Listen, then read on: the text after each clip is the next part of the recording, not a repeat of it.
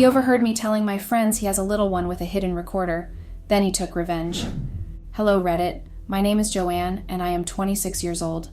My boyfriend has completely ruined my life, and it's totally my fault because I know I provoked him, and he reacted based on how hurt he felt. Now I'm just so confused and unhappy, and I don't know what to do. My boyfriend is actually my boss, and he has now fired me very publicly and embarrassingly because he overheard me telling my friends he has a little one with a hidden recorder, and then he took revenge. Now I'm jobless, penniless, homeless, and also heartbroken. I'm literally a whole lot of things at this moment, and it doesn't help matters knowing that everything is my fault and that I'm only facing the consequences of my silly actions. Even as a child, I have always wanted to be a people pleaser, and I always did everything in my power to do exactly that. Even if it meant doing something bad, I always wanted to get approval from everyone around me, and I didn't even realize it until now that Jamie has decided to end things with me. I was born into a family of 8, and I was the last child. My parents were very difficult to please, especially when you have 7 perfect siblings, and you seem to be the only one who is dull. Not entirely dull, but not as bright as your older ones. I've always tried to live up to my siblings' legacy, and even now, I guess that affected my mentality on how I viewed things. Thinking back, I realized that my parents were never hard on me and just gave me a free pass that they didn't have with my older siblings. But because I was too caught up in trying to be as perfect as they were, I automatically believed that that was their standard for me. When I got into high school, I became a copycat. I mean, any person I saw and wanted to be like, I would start to dress exactly like them, learn their style of talking and walking, and literally copy everything about them. No. The first time I did that was with my immediate older sister, Annie. Annie was a straight A student, and she was admired by everyone because of how cool she was. I wanted that for myself. I wanted to be loved and admired by people. So I started to behave exactly as she would. I even started studying really hard so I could get perfect grades as she did, but that proved difficult and I eventually stopped. The next person I tried to copy was my friend June. June noticed me trying to copy everything she did, and she freaked out and called me a pervert. Since then, I have tried to tone down my copycat nature. When I went to college, I made new friends who were considered the big girls, and I started living a lie trying to keep up with them. Coral and Ginny were the only 2 friends I made in college. They each had very rich parents, so they were very spoiled, and they spent money as they liked. I lied to them, telling them I had very rich parents and that both my parents didn't live in the country, and I saw them only once in a while. Somehow, they believed my made-up story and hung out with me all the time. My first boyfriend was Sam. Sam had been my high school friend, and I had a massive crush on him back in high school, but he had been dating June, the girl who called me a pervert. But we coincidentally met again in the same college, and we started talking. Sam was a very kind and gentle person, and I liked him really well.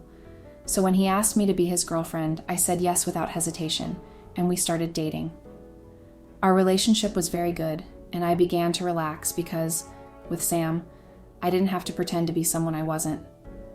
I started spending less time with Coral and Ginny, and when they eventually noticed, they asked for an introduction to my boyfriend. I panicked because I knew that one word from Sam could put me out of the social circle I was in. I also knew that Sam didn't approve of the friends I kept, so he would probably be pleased if I wasn't friends with them anymore. So I ensured that their paths never crossed, and I spent so much time doing that Sam started noticing what I was doing. He began to complain about me trying to hide our relationship because he thought I was ashamed of him. I tried several times to get him to understand what was at stake.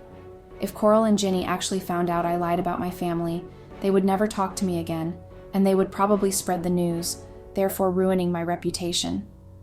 I didn't want that, so I ended things with Sam to protect my secret. Sam was devastated when I broke things off with him and tried really hard to get us back together. But even though I was in love with him, my lie seemed more expensive than the relationship, and I just couldn't do it.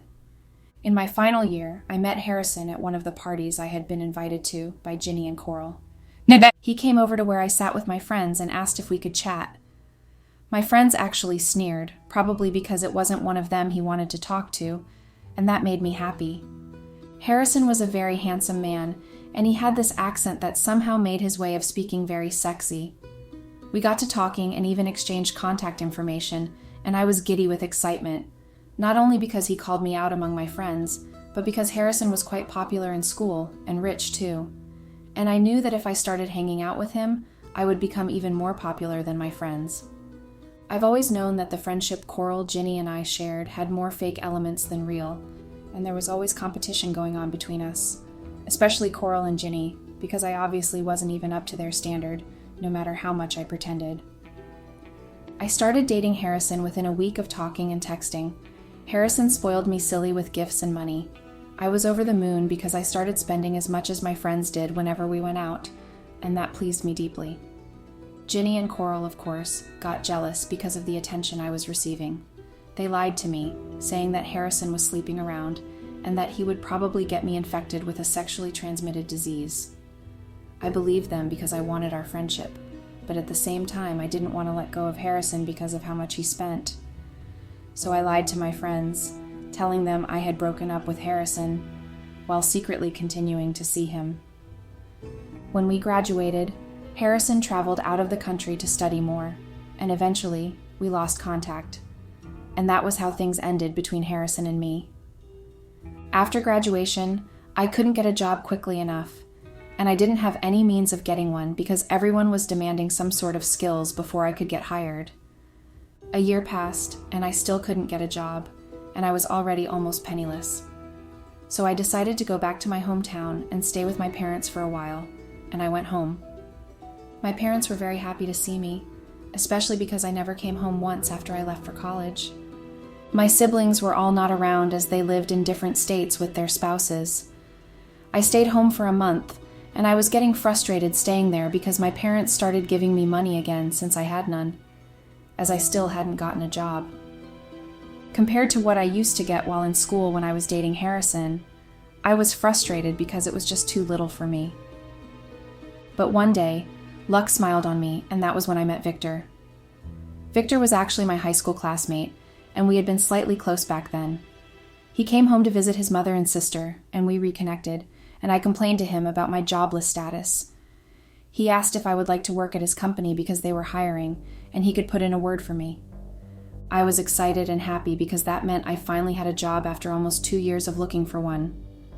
All this while, I had lied to Ginny and Coral, saying I had traveled out of the country, and I barely spoke with them so they wouldn't see through my lie.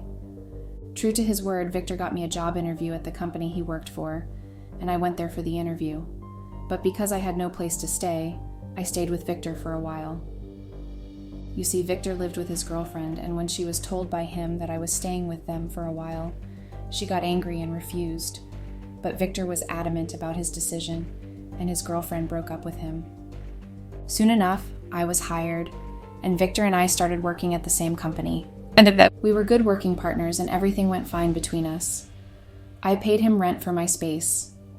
He didn't want me to, but I insisted. One weekend, Victor and I decided to drink and watch a movie together. We purchased lots of alcohol, and by the end of the movie, we were very tipsy. That night, Victor and I ended up having sex on the couch. We apologized to each other the next morning and both decided that it couldn't happen again. But then it did, over and over again. We were just having casual sex, but we both agreed we were free to see other people.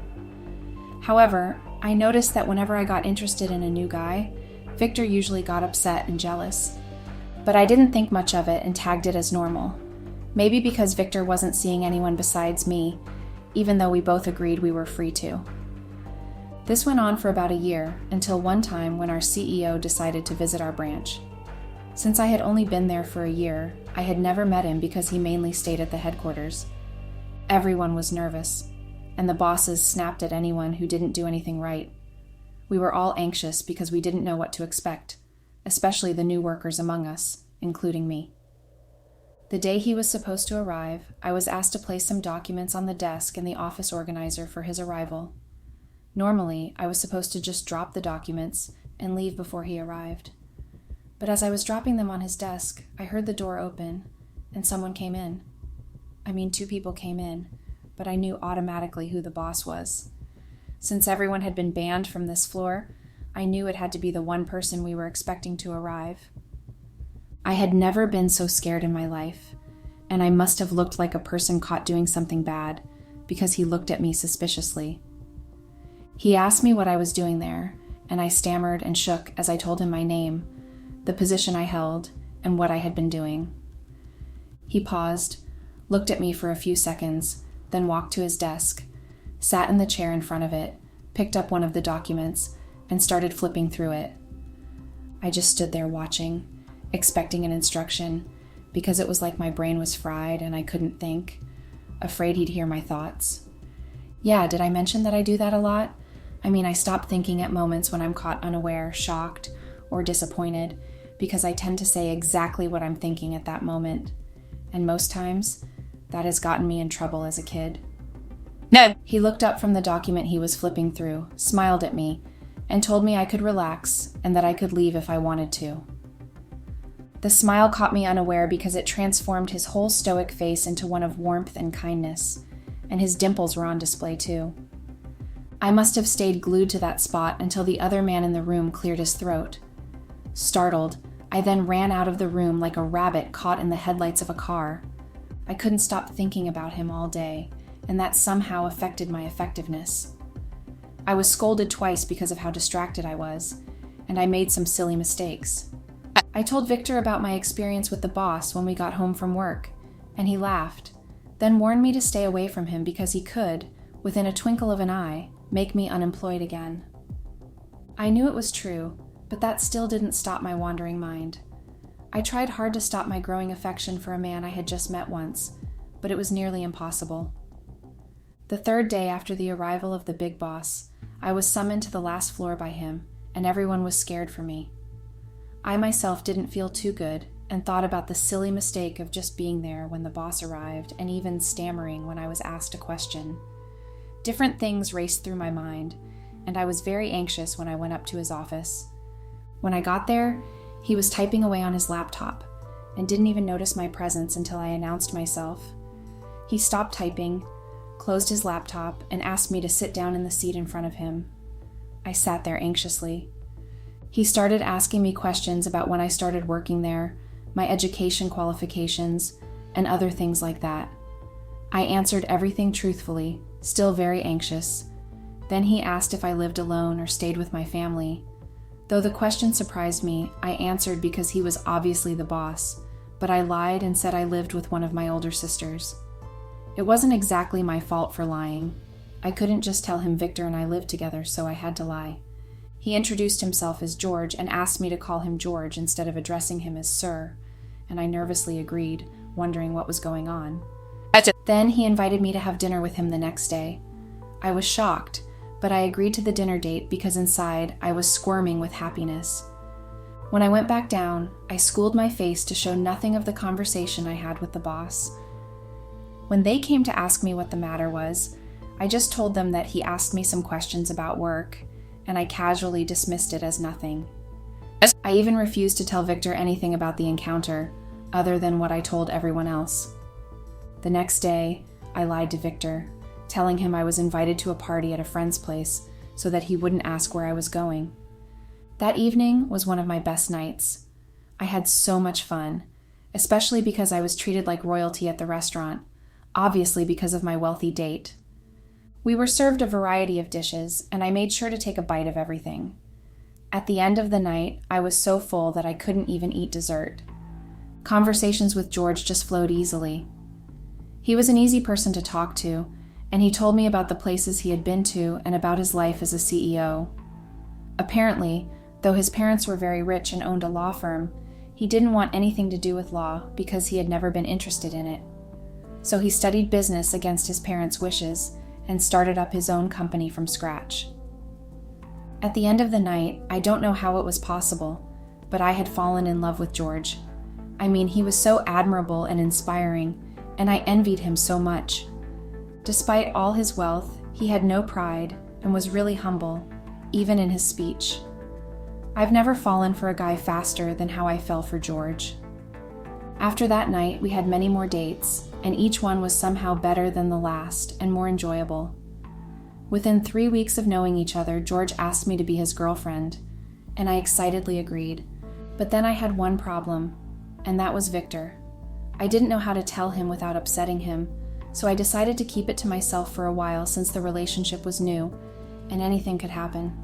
I even stopped sleeping with Victor, and whenever he tried to initiate sex, I would come up with different excuses. Victor couldn't complain since we weren't exactly in a relationship. Another problem was that George didn't intend to hide our relationship and was always requesting me to come up to his office. At first, people suspected me of being the office gossip, but eventually, I think they began to suspect it was something else. Especially one day when George texted me to come up because he missed me and I refused. Then he threatened to come down and summon me himself, knowing I wouldn't be able to say no in person, especially in front of everyone. I thought he was bluffing, and I just ignored the text after reading it, but George actually came down and asked me to see him. Everyone started to suspect me, especially Victor. At home, he would always ask if something was going on between George and me, especially the one time we were talking about work, and I mistakenly slipped up and said George instead of the big boss, as we usually called him. Victor asked when I started addressing our boss on a first-name basis, and I lied, saying I didn't do so at the office, that I was just tired of calling him Big Boss all the time when his name was actually George. Victor didn't believe me, but I didn't care. Lying all the time about my relationship with George was getting exhausting, and I wanted to get away from him, so I started planning to get a new place. But my dream apartment was way above my budget, and when I mentioned something about getting an apartment, Victor asked why I wanted a new place. I lied to him, saying I wasn't comfortable staying with my older sister because she nagged a lot, but my dream apartment was way more than my budget. George got me the apartment. I told Victor I was moving out, and he was surprised and asked why. I told him I just wanted my personal space, and that we couldn't live together forever anyway. Victor, knowing my mind was made up, said nothing and wished me luck. After I moved, I decided to invite my friends Ginny and Coral over, lying again that I was now back in the country and wanted to host them. They came and were surprised to see my apartment, and it pleased me, especially when we all went shopping, and I was again able to shop as much as they did. I bragged about my new relationship to them and told them how much George spoiled me with gifts. I even lied that he had come to the town because he followed me back there, and they fell for my lie hook, line, and sinker. I even bragged that I worked at his company because he begged me to, so I could always be within his sight.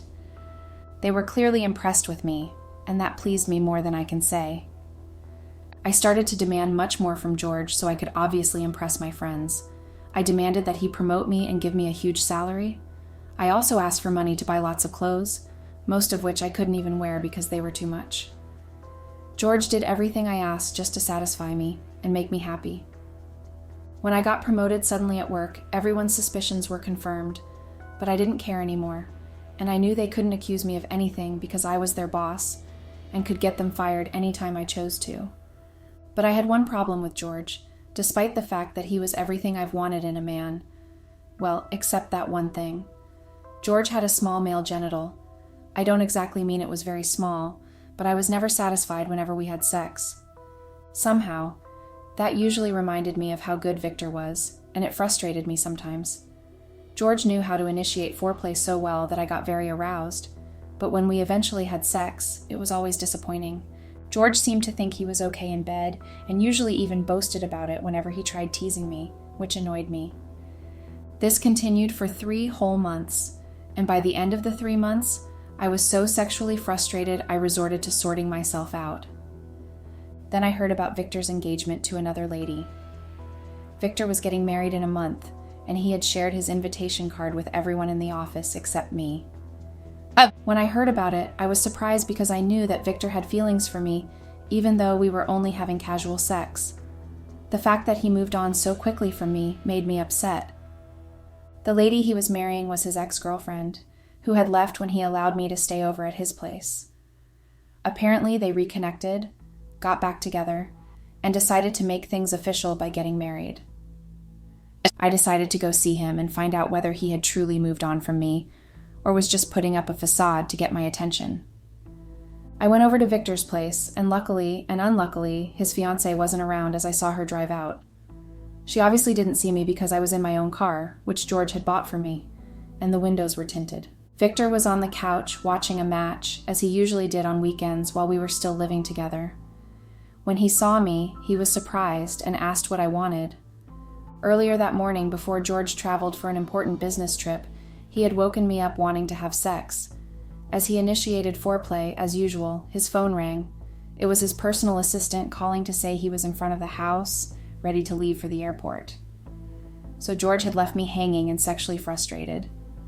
So, seeing Victor in just his shorts and no top at all instantly aroused me, and I just sat on Victor's lap without saying anything and started kissing him.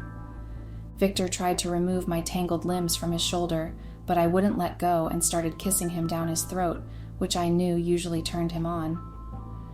Within seconds, Victor was turned on, and we ended up having sex that day, right there on his couch again. Afterward, Victor felt regretful and asked me to leave his house. I made no objections because I was very sexually satisfied and happy, forgetting the damning consequences. After that day, I was still able to entice Victor into sleeping with me again. I invited him over to my place, telling him I wanted to apologize for seducing him, but he never knew I had the intention to seduce him again. He came over, and I wore my sexiest lingerie and cooked him a meal, which I insisted he eat before leaving. He obliged. After the meal, I begged him to stay a little while longer since we were friends, and friends could actually have conversations. When he rejected the offer, I guilt-tripped him by saying that it meant he wasn't ready to forgive me. He eventually agreed to stay for just 1 more hour. Of course, I seduced him again, and we had sex that night. When he tried to get angry, I told him it was just like before when we were having casual sex and allowed ourselves to see other people, so there was nothing more to it. After that, we continued having sex, and because of that, I gradually stopped having sex with George since he hadn't been satisfying me. Before long, I stopped altogether. George, of course, tried everything he could to get me interested in having sex with him again, but I would come up with different excuses. The crazy thing is, I love George very much, and he really was everything I've always wanted in a man. I didn't even feel half the way I felt about George with Victor. To me, Victor was just helping me with sexual satisfaction, nothing else. But at that point, I felt like I couldn't give up either of them because of what I got from each of them. I continued having sex with Victor, and I stayed with George because I loved him and also because my finances were sorted out. The day George started suspecting me was when I was supposed to meet up with Victor at his apartment. As I was leaving to do so, George suddenly showed up, saying he wanted to surprise me and take me out on a lunch date. When he asked where I was going, I lied that I was just going to go shopping because I was bored, but that a lunch date sounded better. So we went out to the restaurant that George frequented, and of course we were served a variety of dishes to choose from. I was enjoying myself so much that I forgot to text Victor about the change in plans. When I excused myself to go to the restroom, I left my phone and took my purse, thinking my phone was in my purse. Victor texted, asking why I wasn't at his place yet, and George read the text before I got back from the restroom. When I saw my phone in his hand, I panicked, but tried not to show it. He asked who Victor was and why I was supposed to have an appointment with him. I lied that Victor was my jeweler, and I had plans to meet up with him that day, but I had forgotten about it, and he was just texting to ask why I hadn't shown up. George didn't totally believe me, but he didn't say anything at that point, and we continued our lunch. Another time he almost caught us was when Victor decided to spend the night at my apartment, and I agreed because I knew George had gone on a business trip again and wasn't due back until the next day. But I was shocked to see George return that night, and he decided to spend the night at my place instead of going to his. I asked Victor to hide in my closet. When George saw his shoes outside my house, he asked why there were male shoes outside my apartment. I lied, saying that the man who came to fix the AC had removed them when he came in, wore a pair of slippers, and must have forgotten his shoes because he left in a hurry. I know, the lie sounded unbelievable to my ears too, but George didn't ask any further questions. Then he received a business call, and he had to leave, which allowed Victor to leave and go back to his home that day. I guess the final straw was when he actually attached a recorder to the inside of my bag when I went over to his place to sleep over. I hadn't even known because the bag was my favorite, and I took it out more than the others. I decided to go over to Ginny and Coral's place because we had planned a girls' time, and I went directly from George's place since some of my clothes were there. When we met up, we started talking about our individual relationships, and when it was my turn to say something, I started mocking George about his small genitals and how short he lasted. I was only telling them that so they would think George was the one clinging to me and that I was the dominant one in the relationship. I didn't actually know that George had been listening in on me telling my friends about my affair because I just couldn't cope with his low sexual prowess. When I left my friend's place after spending more than half the day there, I had gone back to my apartment, but surprisingly, my apartment had been locked up with another lock. I was pissed and decided to spend the night at George's place. But when I got there, George just looked at me and pressed a button on the remote in his hand. The screen opened to reveal my house and every inch of it. He then pressed another button, and the video of me having sex with Victor was on display. I was so shocked. I hadn't even noticed there were CCTV cameras inside my house. But George was obviously not finished.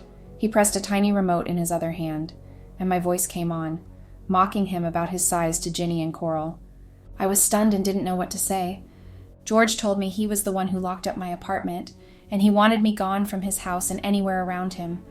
In fact, he even fired me from work very publicly when I tried going in, thinking he hadn't said anything about that. He also fired Victor, and his fiancée found out about the two of us. Now he's jobless, has no fiancé for the wedding, and blames me for everything. Now I don't know what to do. I really do still love George, and I regret what I did. I really want our relationship back. Please, guys, if you have any advice that could help me out of this situation, I will be forever grateful. Please. Update. Hello, Reddit, it's me again. Words cannot fully express how I feel at the moment. I feel so disheartened by everything that has been happening to me. When I came to this app, hoping I might get one useful tip on how to win George over again, yes, I expected the insults. But I didn't expect that not one person would see how regretful I am and actually advise me on a positive step to take next. Thinking back on everything, while sitting once more in the room I was given by my parents back in our hometown, as I had nowhere else to go, I realized how stupid I was and how I ruined everything for myself. George had been the very best man for me, and I ruined everything between us. Now I'm stuck here with so many regrets. I just cannot forgive myself for what I did, and it honestly hurts so badly. Funnily enough, my parents ask me why I'm sad and why they hear my cries every night, and I can't even tell them, because that's how shameful everything I did was. I know that my parents frown upon cheating so much, and I can't bear for them to look at me the way George had. It would be the final straw. So I'm just alone with my emotions, having no one to tell my story to, because I know I'm the cause of everything that has happened. I feel so disgusted with myself. I just wanted to belong, to become someone I wasn't, to be able to compete successfully with my so-called friends. I lied throughout my relationship, and now I've lost everything, 100%. Now they don't even think I exist because they've ignored every one of my calls after hearing what happened. Now I wish I hadn't been so desperate and stupid as to lose the man I love. George wouldn't even hear me out. He blocked me on every possible means of contact, and I know I deserve it, very much so, but it doesn't stop the pain from being this unbearable. I know you all think I deserve everything that's coming to me, and I believe it too. Victor doesn't even want to see me, and I've been avoiding going anywhere near his parents' part of town because he might have told them, and if they saw me and said anything, the news would spread widely. My parents would also hear, which means I wouldn't even be able to hide my shame anymore. I desperately wish I had predicted this end and actually done things differently so I wouldn't have ended up with literally nothing. No money, no achievements, no friends, and the worst part of all is that there's no more George in my life. Update. Hello Reddit, this is my last post here, and I just wanted to say that I'm grateful I was able to tell my story and maybe help some greedy girls like I was so they never make the same mistakes I did because of the damning consequences. I regret everything I've done to hurt George, and I know I will forever pay for my sins because I'll never find anyone like George again. This emptiness I feel, this emptiness inside me hurts. It hurts badly, and I wouldn't wish the same for anyone else. Thanks and goodbye.